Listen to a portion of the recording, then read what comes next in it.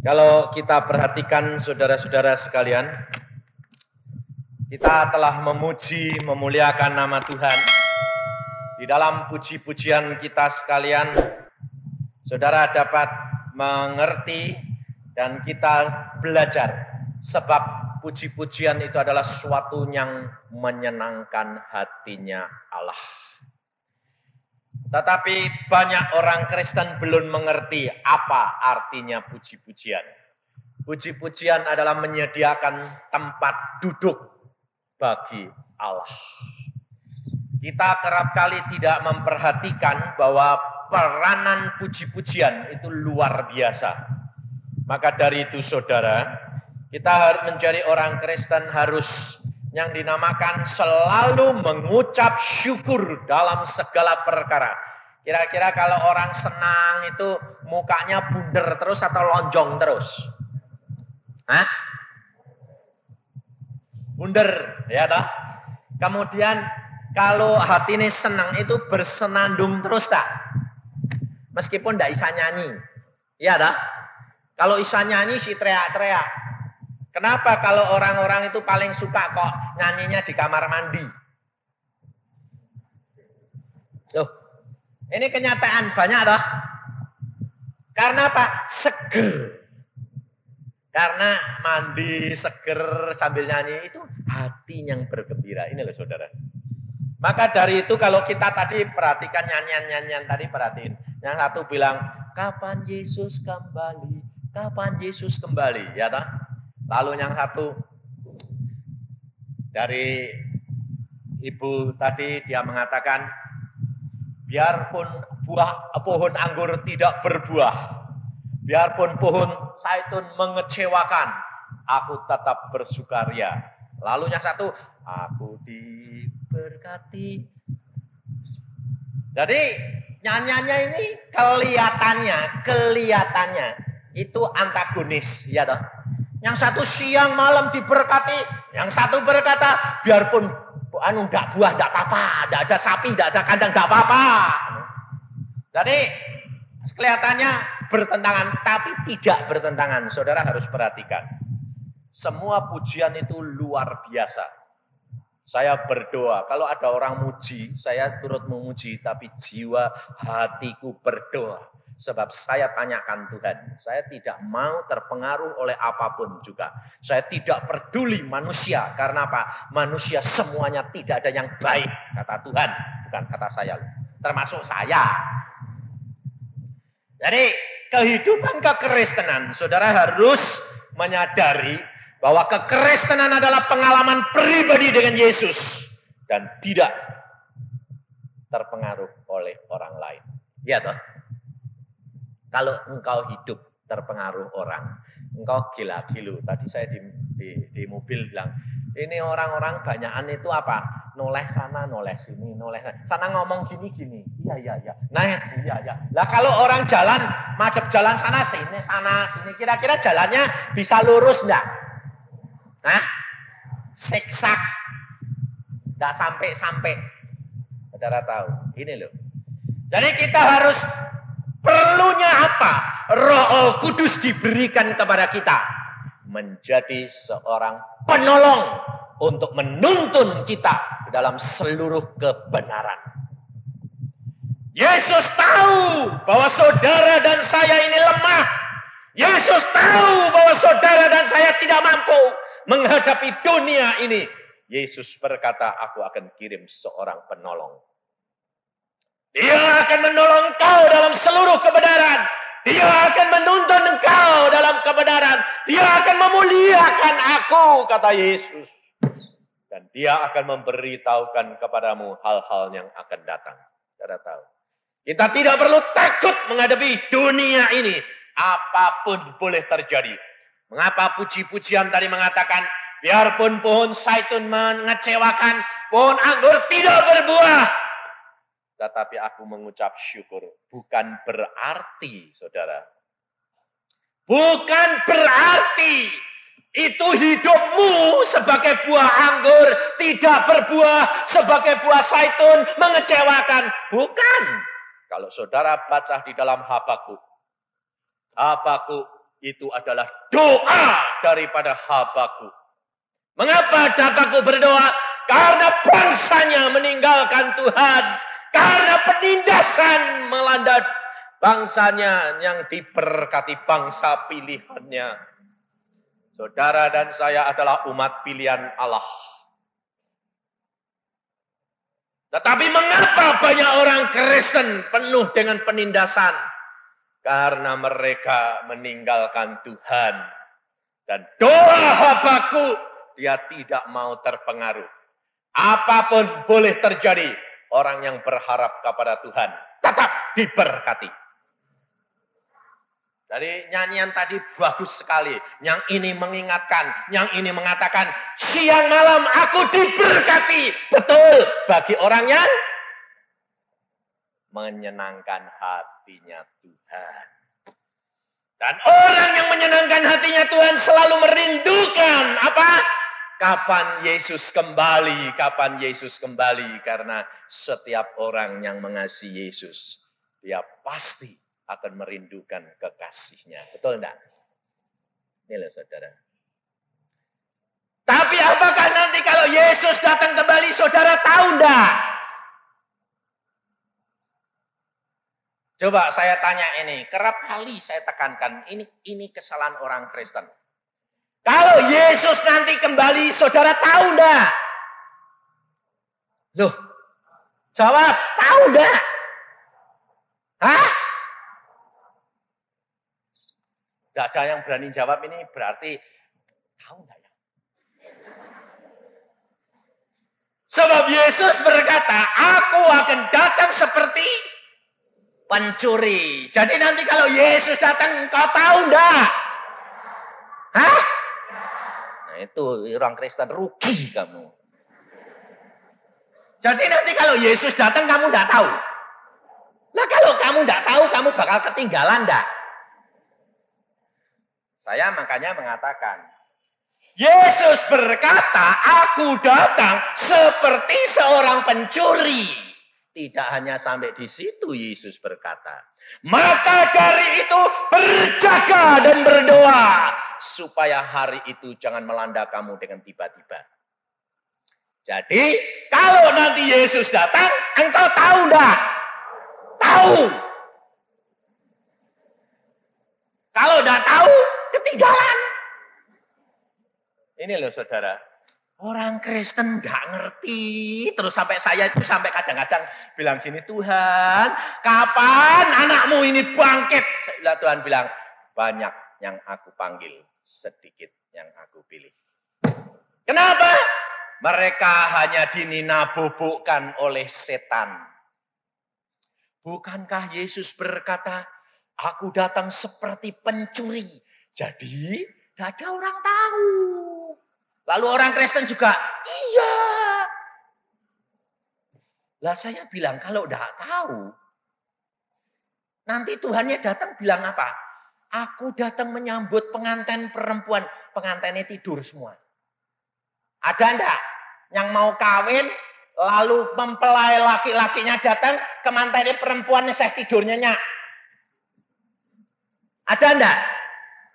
Kira-kira kalau kemanten laki-laki punya calon pengantin perempuan kayak gitu, dipecat apa enggak? Dipecat, saudara tahu? Ditinggal, cari yang lain. Maka dari itu saudara harus belajar firman Tuhan. Memang kapan Yesus kembali kita tidak tahu. Tetapi apabila ia datang, saya tahu. Karena apa? Karena Roh Kudus yang ada di dalam saya akan memberitahukan kepada saya. Maka kalau engkau dibangunkan suruh sembahyang, cepat sembahyang. Jangan kleset, ngantuk Tuhan. Pas Tuhan dibangun enggak mau, Tuhan datang. Bangun, loh kok sudah hilang orang di sebelahku? Kemana? Udah hilang. Kemana? Tuhan datang. Lah aku kok ditinggal? Ngantuk. Karena kehidupan kekristenan harus dirubah. Bukan cara hidup orang dunia lagi. tapi cara hidupnya Kristus harus di dalam kita. Mari kita belajar firman Tuhan di dalam 2 Korintus pasal yang ke-10. 2 Korintus pasal 10. Supaya saudara-saudara dan saya tahu bagaimana kita harus hidup sebagai orang Kristen. Mulai ayat yang ayat kedua. Aku meminta kepada kamu, jangan kamu memaksa aku untuk menunjukkan keberanianku dari dekat. Sebagaimana aku berniat bertindak keras terhadap orang-orang tertentu yang menyangka bahwa kami hidup secara duniawi. Memang kami masih hidup di dunia, tetapi kami tidak berjuang secara duniawi. Karena senjata kami dalam perjuangan bukanlah senjata duniawi, melainkan senjata yang diperlengkapi dengan kuasa Allah yang sanggup untuk meruntuhkan benteng-benteng. Kami mematahkan setiap siasat orang dan merobohkan setiap kubu yang dibangun oleh keangkuhan manusia untuk menentang pengenalan akan Allah. Kami menawan segala pikiran dan menaklukkannya kepada Kristus. Dan kami siap sedia juga untuk menghukum setiap kedurhakaan bila ketaatan kamu telah menjadi sempurna. Firman Tuhan dengan jelas mengatakan bahwa kita masih hidup di dalam dunia, tetapi kita tidak hidup cara dunia, tetapi kita hidup dengan cara dan hikmat dan kuasa Allah. Hikmat Allah adalah Yesus Kristus. Kekuatan Allah adalah Yesus Kristus. Kita hidup dengan Yesus, saudara tahu. Tetapi cara berpikir orang Kristen masih tetap cara lama. Ikut Yesus ya ikut, tapi tidak usah fanatik. Tidak usah terlalu giat, nanti tidak repot. Sebab kita masih hidup di dalam dunia. Harus mau campur sama orang dunia. Hidup itu jangan terlalu kudus. Nanti tidak bisa nikmati dunia. Orang Kristen paling setuju itu. Setuju, ya toh? Sebabnya apa?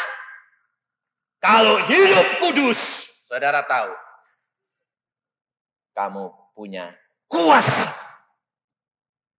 Sebab Yesus kudus. Yesus suci. Kalau engkau tidak hidup di dalam kekudusan, engkau tidak akan dapat menjadi berkat untuk orang lain. Jadi berkat bisa, tetapi tidak untuk dirimu sendiri juga. Maka Paulus pernah berkata, apa gunanya aku banyak menyelamatkan orang, tapi diriku sendiri binasa? Yesus tidak begitu ngajarnya. Yesus mengajar, dia menyelamatkan, tapi dirinya tetap hidup jadi berkat untuk orang lain.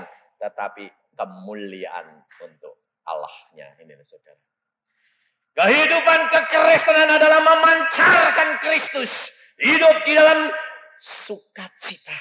Di dalam penuh kesucian dan kekudusan. Tanpa kesucian dan kekudusan, saudara tidak akan dapat mendamaikan orang. Karena berbahagialah orang yang mendamaikan orang. Karena mereka akan disebut anak-anak Allah. Berbahagialah orang yang kudus hatinya. Karena ia akan memandang Allah. Kehidupan kekristenan harus memancarkan Kristus di dalam kita. Menjadi terang. Tanpa Yesus, saudara tidak akan dapat menjadi terang. Saudara boleh bersaksi. Dan banyak hamba-hamba Tuhan dipakai Tuhan. Saya mengucap syukur. Tetapi tanpa hidup kekudusan, semuanya akan sirna. Ada seorang dokter. Dia bertobat di jamah Tuhan. Dia merasai kuasa Allah luar biasa. Dia baru bertobat. Cinta Tuhan luar biasa. Dan dia membutuhkan bimbingan. Dibimbing. Ada penginjil bimbing. Ya, beneran. Wah, ini pembimbing. Bimbingnya jasmani rohani. Repot. Artinya apa? Suaminya mulai ditinggalkan. Runtang-runtung sama penginjilnya. Terus sampai orang nanya, suaminya yang mana? Yang ini atau yang itu? Ini saudara. Maka kita harus menjaga kekudusan. Tanpa kekudusan Allah tidak dapat dimuliakan. Kesaksian akan menjadi runtuh karena tanpa kekudusan. Hidup kekristenan dituntut. Apabila kata Paulus, apabila ketaatanmu telah menjadi sempurna. Kuasa Allah dinyatakan apabila kamu hidup di dalam kekudusan dan kesucian yang Allah kehendaki. Setiap orang apakah dapat hidup kudus? Dapat. Karena kesucian kekudusan adalah takut akan Allah. Kalau dia takut akan Allah, maka hidupnya akan suci dan kudus dan menjadi berkat. Karena apa? Setiap kali Allah berfirman kepada dia. Maka kita harus belajar daripada firman Tuhan.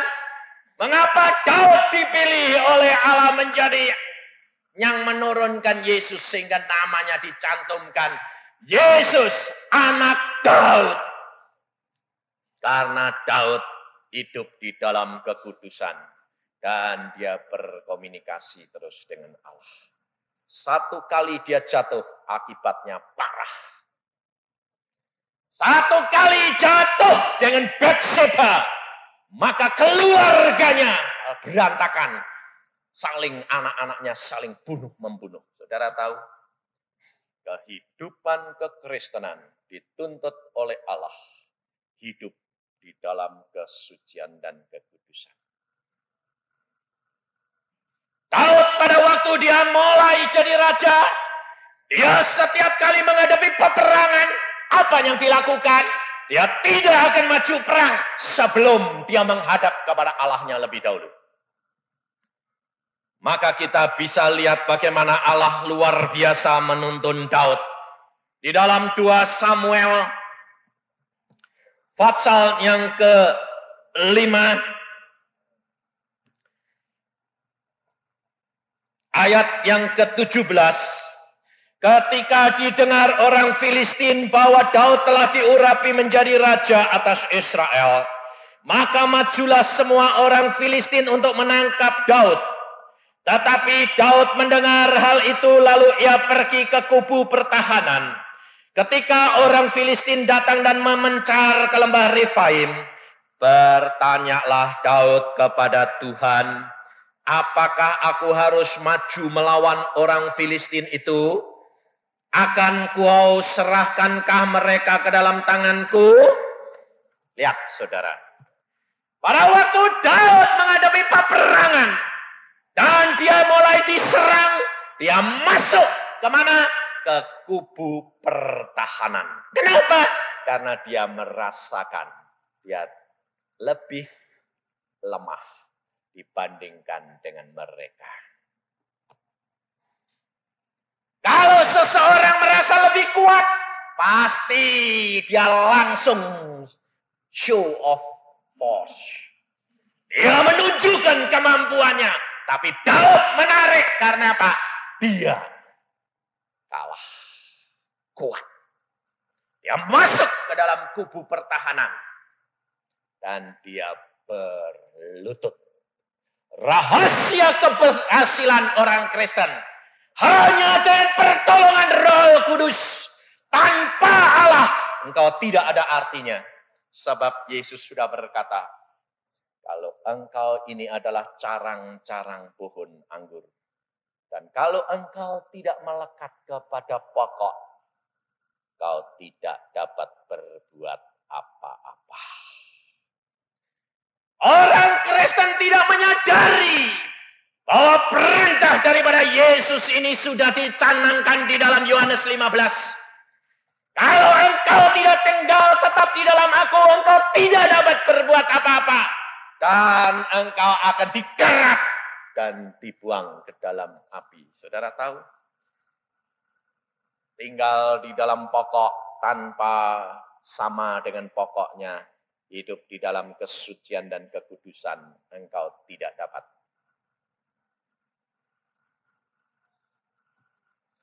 Dan dia tahu rahasia. Dan dia bertelut, dia berdoa, Tuhan, apakah aku harus maju perang, menyerang mereka? Apakah engkau serahkan mereka kepadaku? Sebelum dia dapat jawaban, dia tidak bergerak. Tapi bagaimana kehidupan kita sebagai orang Kristen, saudara? Kalau saudara mengalami bencana, mengalami pencobaan, mengalami tekanan ekonomi, mengalami sakit penyakit, menghadapi perpecahan keluarga, kenakalan anak-anak, apa yang kau lakukan? Saya percaya saudara mesti apa? Berdoa. Pasti. Sebabnya apa? Buktinya, saudara ini kalau diberkati Tuhan, doanya tambah banyak atau tambah sedikit? Berkat duniawinya tambah banyak, doanya tambah banyak atau tambah sedikit? Sedikit sebabnya lebih sibuk.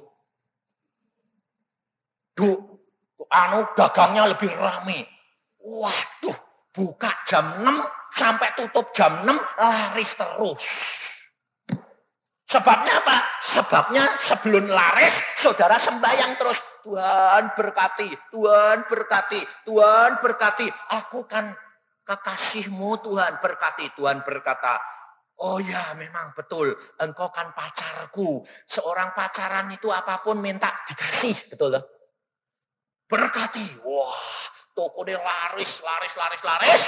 Terus sudah laris, sibuknya luar biasa. Kalau sembahyang bilang apa? Tuhan terima kasih berkatmu melimpah. Oh, haleluya. Terima kasih. Ambil ngantuk. Haleluya, terima kasih. Serblek.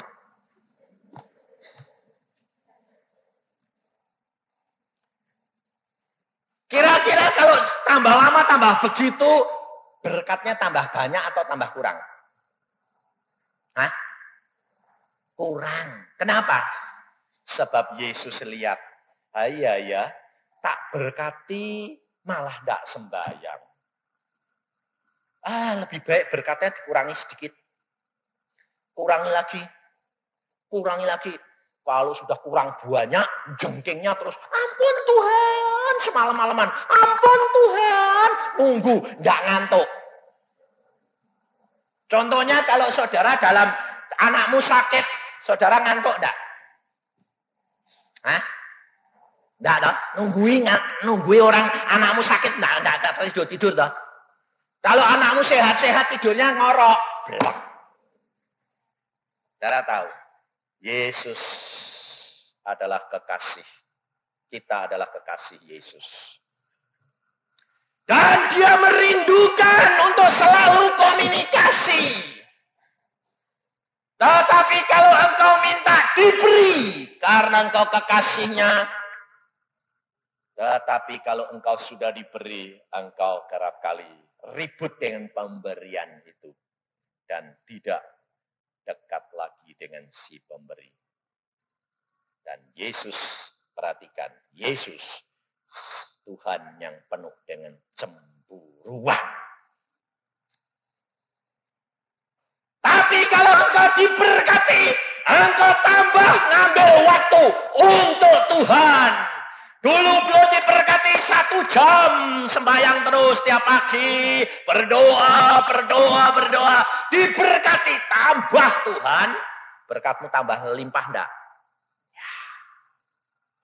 Sebab kekasihmu lihat. Tambah tak berkati, tambah duduk diam di bawah kakiku. Tambah dia menyenangkan hatiku. Oh kalau gitu kasih lagi. Bener lah. Saudara tahu. Rahasia daripada keberhasilan Daud di mana? Duduk diam. Makanya dia mengarang Mazmur. Saudara kira jadi raja itu tidak tambah sibuk? Tambah sibuk. Tapi dia tidak melupakan untuk bersekutu dengan Allahnya. Maka pada waktu dia menghadapi peperangan, dia bertanya, dan Tuhan mengatakan, firman Tuhan berkata, majulah, sebab Tuhan menjawab kau, majulah, sebab aku pasti akan menyerahkan orang Filistin ke dalam tanganmu. Setelah dia dapatkan firman daripada Allah, majulah, sebab aku dengan pasti menyerahkan mereka. Nah, kalau sudah begitu saudara tidak perlu takut. Apapun maju. Karena apa? Aku hidup di dalam dunia. Bukan dengan cara dunia. Tapi aku hidup dengan kuasa Allah. Hidup kekristenan harus begitu. Dan dia maju. Orang Filistin disikat habis. Tapi kita kerap kali orang Kristen belum berdoa. Sudah berdoa, sudah. Tapi belum dapat jawaban.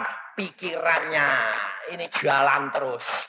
Wah lah nanti kalau gini bagaimana? Nanti kalau gini bagaimana? Wah sudah paniknya luar biasa. Kira-kira kalau orang panik itu tambah pikirannya jernih atau tambah ruwet? Tambah ruwet, saudara tahu. Jalan yang ditunjukkan Allah tidak kelihatan. Allah berfirman, budak telinganya tuli. Karena apa? Ruwet.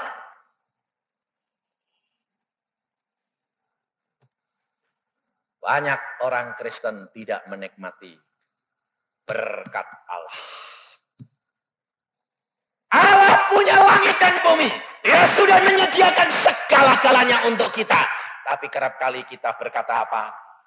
Aku sih orang kecil, aku miskin, aku gak ada artinya lah. Kalau anak orang kaya, kira-kira ngomong gitu sama orang bagaimana saudara? Bapaknya gak jengkel.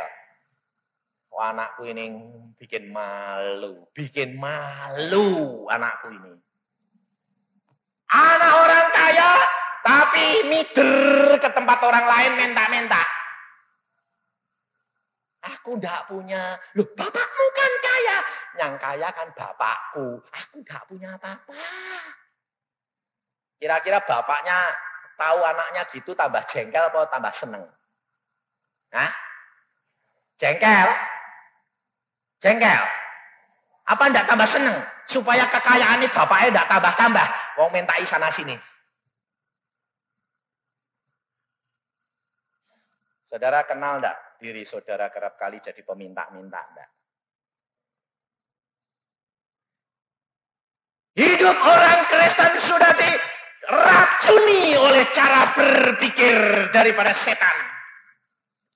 Bahwa kamu lemah, kamu orang berdosa, kamu tidak mempunyai kemampuan apa-apa. Dan itu saudara katakan, iya. Akhirnya saudara dalam bertindak sonder kuasa Allah. Tapi Daud memberikan contoh kepada kita. Tanya, Allah berfirman, lakukan.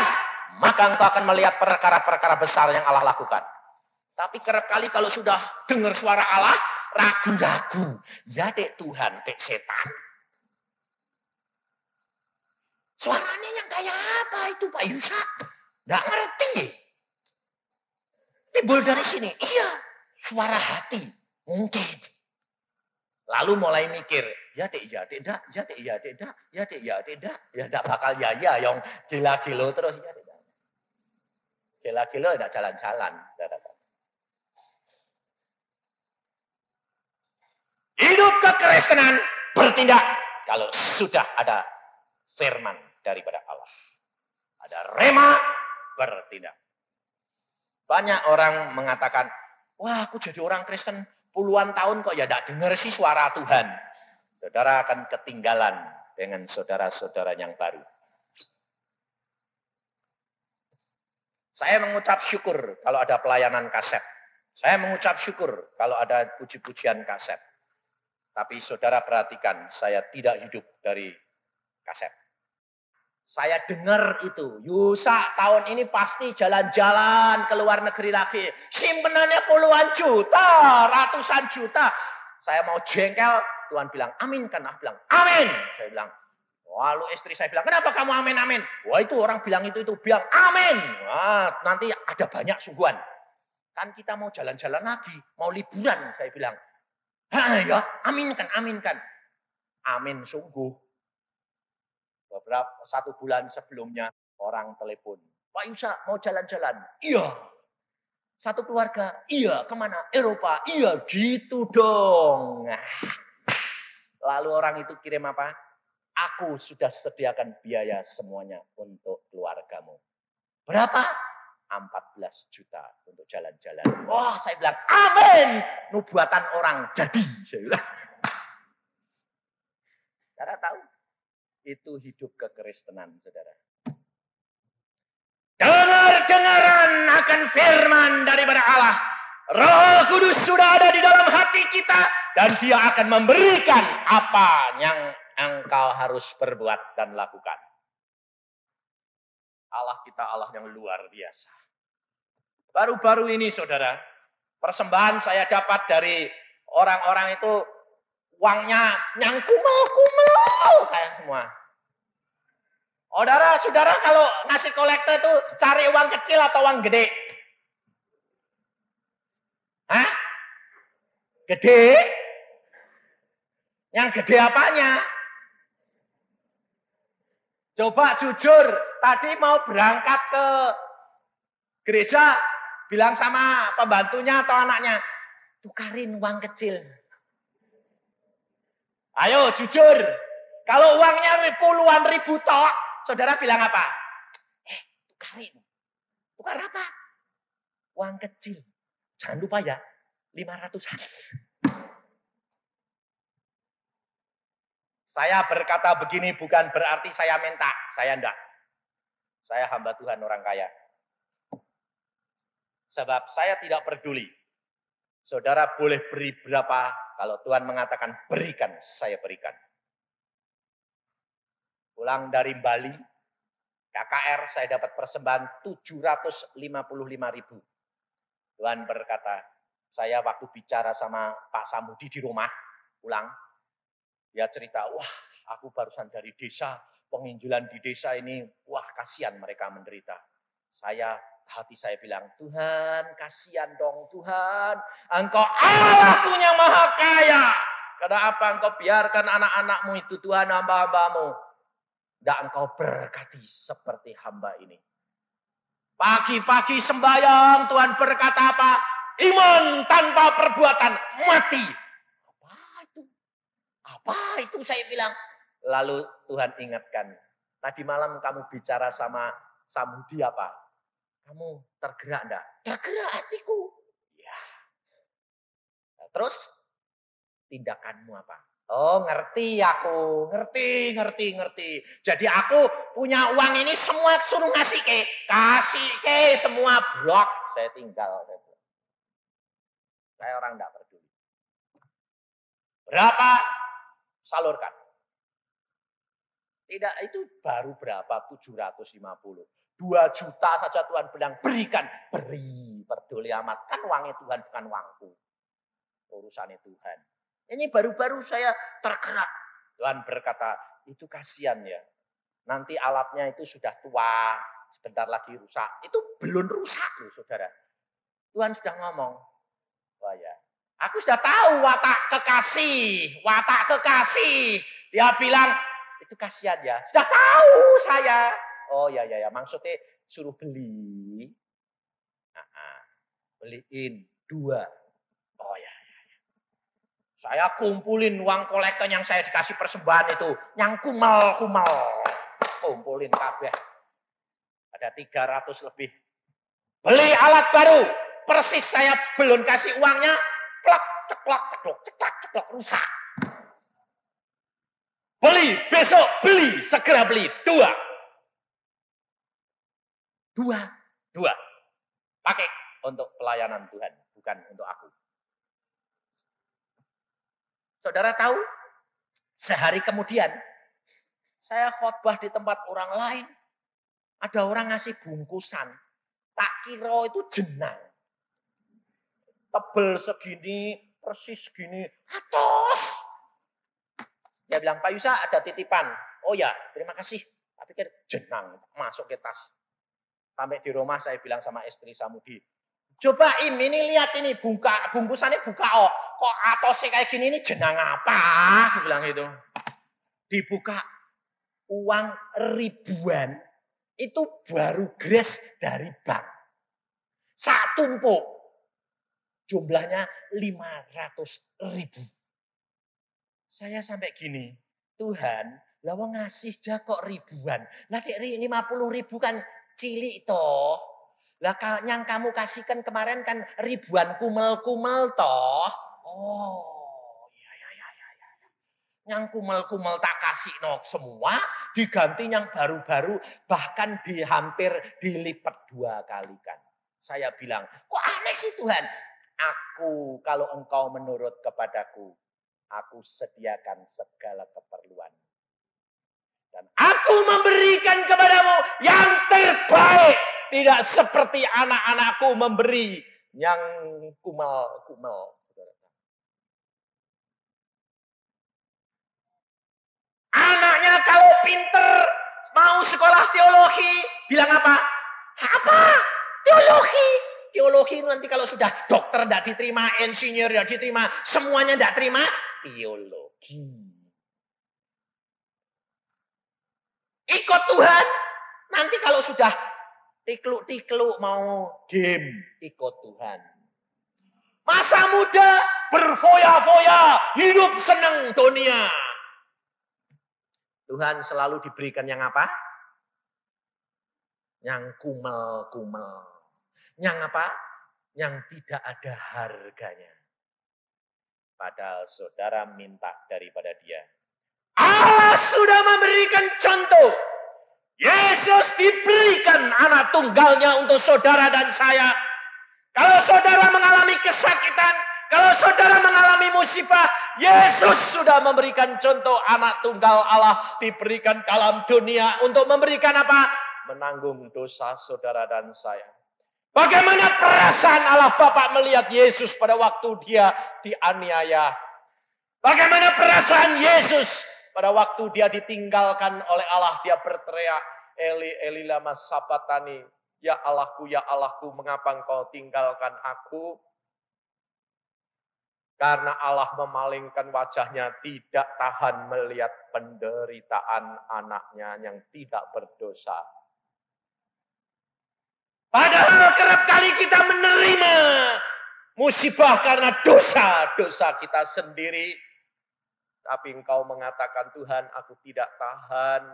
Padahal Allah sudah memberikan contoh.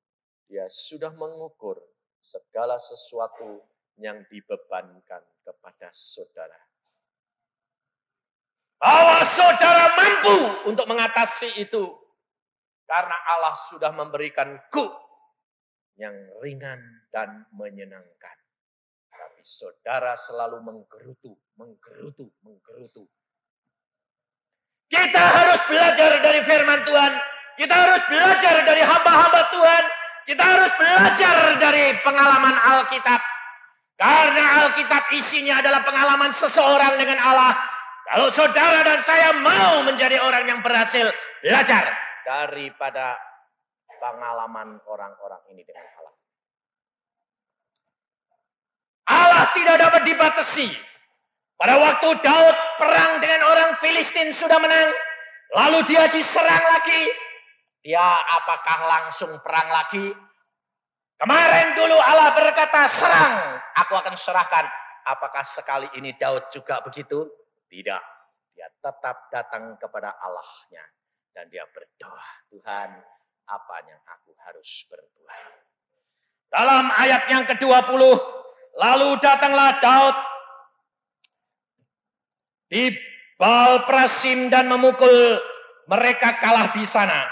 Berkatalah Daud, Tuhan telah menerobos musuhku di depanku seperti air menerobos. Sebab itu orang menamakan tempat itu Baal-Prasim. Orang Filistin meninggalkan berhalanya di sana. Lalu Daud dan orang-orangnya mengangkatnya.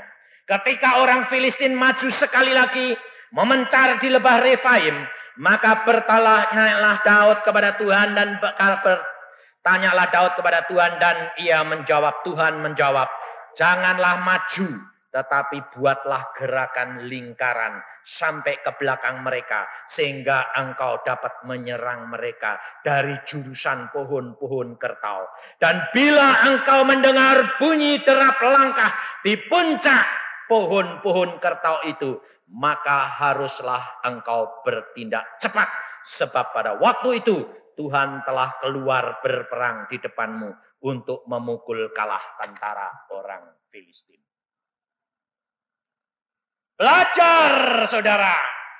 Saudara langkah demi langkah harus mengikuti petunjuk daripada Roh Al-Kudus.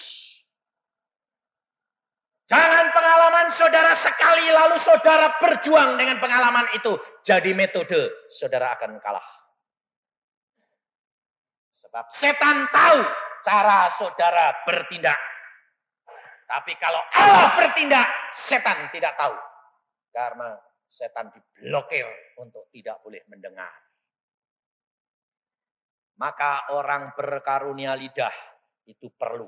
Sebab karunia lidah itu adalah bahasa roh yang setan tidak akan bisa mengerti. Sebab Allah sendiri, Yesus sendiri berkata kepada saya tahun 71. Yusa, kenapa engkau tidak merindukan karunia-karunia roh? Saya bilang, Tuhan, aku sudah punya engkau. Tidak butuh apa-apa. Tuhan berkata, tidak Yusa. Kau punya aku, engkau harus punya karunia-karunia yang aku berikan. Aku mau apa yang aku punya, engkau punya. Apa yang Bapakmu punya, aku berikan kepadamu. Karena seperti Bapak mengutus aku mengutus kamu. Ini hak. Ini bagian daripada orang Kristen, saudara. Dan Daud memanfaatkan itu. Setiap kali bertindak dia bertanya. Dan Tuhan berkata, bergerak melingkar, jangan langsung. Tunggu sampai ada orang berjalan di atas pohon kertau. Allahmu, bala tentara Allahmu yang akan maju di depanmu. Dan semua musuhmu terserah. Itu hidup kekristenan.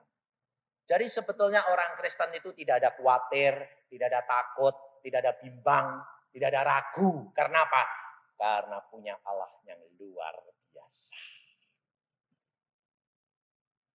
Tapi kerap kali kita ragu karena apa? Tidak punya percaya. Tidak punya pengalaman pribadi dengan Allah. Karena apa?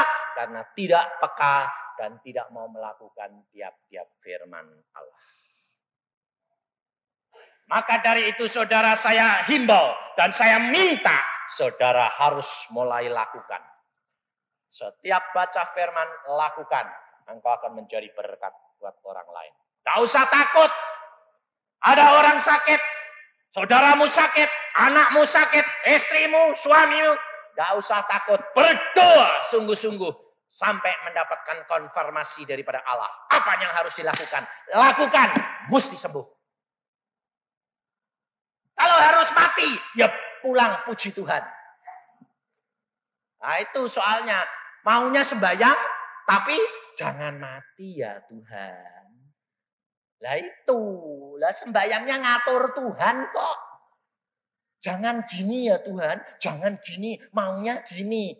Tuhan bilang, mauku atau maumu? Ya mauku Tuhan. Nah, kalau engkau mengasihi istrimu, suamimu, anakmu, bahkan dirimu sendiri lebih daripadaku, tidak layak menjadi murid. Tapi kalau engkau praktekkan, luar biasa Allah. Karena apa? Karena apa yang Allah mau adalah apa yang engkau suka. Tapi bukan dibalik, apa yang aku mau Allah suka, belum tentu. Saudara harus berani mempersembahkan hidupmu. Apapun yang terjadi, Allahku pasti luar biasa. Maka pada waktu istri saya kena serangan jantung, dia bilang, aduh, napasku tambah lama tambah pendek. Lalu dia panggil saya bilang, kenapa? Aduh, aku kena serangan jantung ini. Napasku tambah lama tambah pendek. Gejalanya begini, sakit di sini, ngilu sini. Ya. Apa yang saya katakan? Apakah saya lalu bingung, ribut, lalu, ayo cepat berdoa minta? Enggak. Ayo cepat periksa diri. Cepat-cepat minta ampun. Supaya waktunya sampai pulang dengan senang. Kira-kira kalau istri-istri di sini dikatakan gitu bagaimana? Marah atau tambah ketawa? Marah. Ya, supaya aku cepat mati, aku kawin lagi ya. Nah, mestinya gitu dah. Nah, itu. Pikirannya itu enggak benar. Untung istri saya itu tahu watak saya. Dia berkata, ya, nanti waktu aku pulang, enggak siap bagaimana? Cepat. Lalu dia bertobat, lalu dia berkata, Tuhan apa salahku, tolong ampuni. Bereskan aku supaya kalau engkau panggil aku sudah siap. Engkau datang menjemput, aku sudah siap. Nah gitu dong, saya bilang, ayo berdoa. Saya bilang, dalam nama Tuhan Yesus, engkau sudah bertobat, dan engkau percaya, nantikan jawaban Allah. Kalau harus pulang, jangan pikir aku. Allahmu lebih mengasihi aku daripada engkau mengasihi aku. Habis itu, sudah kamu tidur, saya masuk doa. Saya masuk kamar lain, saya sembahyang. Tuhan, istriku kok bilang mau mati? Sudah waktunya. Tuhan bilang, belum. Hah? Belum Tuhan? Nah, kalau gitu sembuh dong. Sembuh. Balik aku masuk kamar. Orang sakit malah serangan jantung tak kageti. Ora. Ada apa? Sembuh, iseh panjang. Malah bilang, aku sampai kaget. Loh, tapi kaget tambah waras atau malah sesek? Malah lego. Nah, puji Tuhan. Hidup kekristenan harus belajar peka. Pada malam yang baru ini, saya berdoa, Tuhan, firman-Mu apa yang aku harus sampaikan. Tuhan berkata, sampaikan ini. Dan salah satu saudara kami dapat peneguhan. Jam 2 kurang sedikit suruh bangun semua Tuhan. Suruh sembahyang. Dia nurut. Dapat pengertian, dapat firman daripada Allah. Firman daripada Allah disampaikan. Tapi sebaiknya yang menyampaikan dia mengukuhkan firman. Bukan saya. Supaya jangan saudara kira, wah Pak Yusa, enggak. Bagian siapa Tuhan akan memakai. Setiap orang yang mau dipakai. Dan saudara dapat dipakai apabila saudara mau. Firman Tuhan ditutup dengan apa yang Tuhan pesan kepada saudara kita. Supaya saudara mendengar. Peneguhan firman daripada Allah ini. Ya dan amin. Mari yuk. Sampaikan apa adanya yang Tuhan kamu dengar. Katakan. Tadi malam saya mendapat suara daripada Tuhan. Dan Tuhan membangunkan saya untuk saya berdoa. Dan memang suatu kebiasaan kalau setiap malam saya mengadakan komunikasi dengan Tuhan. Dan pada tadi malam saya mendapat suara. Setelah saya berdoa, saya tanya, Tuhan, Engkau pasti mempunyai rencana. Berikanlah hamba-Mu hikmat dan wahyu yang daripada Engkau sendiri. Hanya satu suara yang hamba dengar, yaitu suara daripada Engkau, Bapakku. Dan pada saat itu, saya mendapat suara, hook yang aku pasang pada lehermu sesuai dengan kekuatanmu. Apapun yang terjadi di dalam hidupmu, pandanglah aku, karena akulah yang melepaskan dan menguatkan kamu. Mulai saat ini juga, janganlah menyebut dirimu berkekurangan, karena milik Bapamu di surga adalah milikmu juga. Itulah saudara suara yang saya dengar tadi malam. Puji Tuhan. Apakah apa yang Tuhan katakan melalui saudara seorang ibu ini tidak sama dengan firman yang saudara terima? Di dalam Tuhan harus saling meneguhkan. Saudara tahu? Dan tidak ada yang lebih, tidak ada yang kurang. Yusa manusia biasa. Dia seorang ibu, manusia biasa. Allah sanggup pakai saudara menjadi berkat untuk orang lain. Amin. Mari kita berdoa.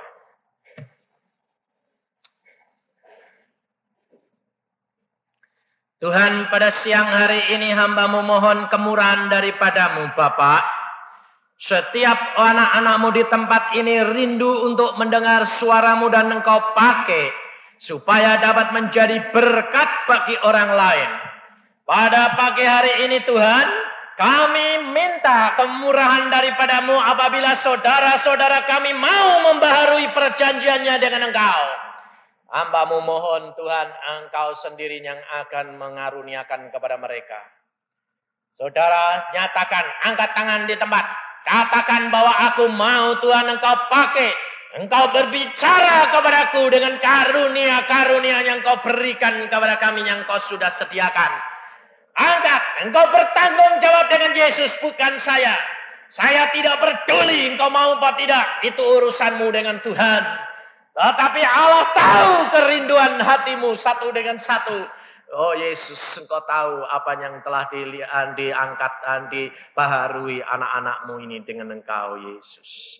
Kau yang akan memenuhkan mereka dengan kuasa. Kau akan memenuhkan mereka dengan kepekaan. Kau akan memenuhkan mereka dengan karunia-karunia Roh Kudus yang daripada-Mu, Tuhan.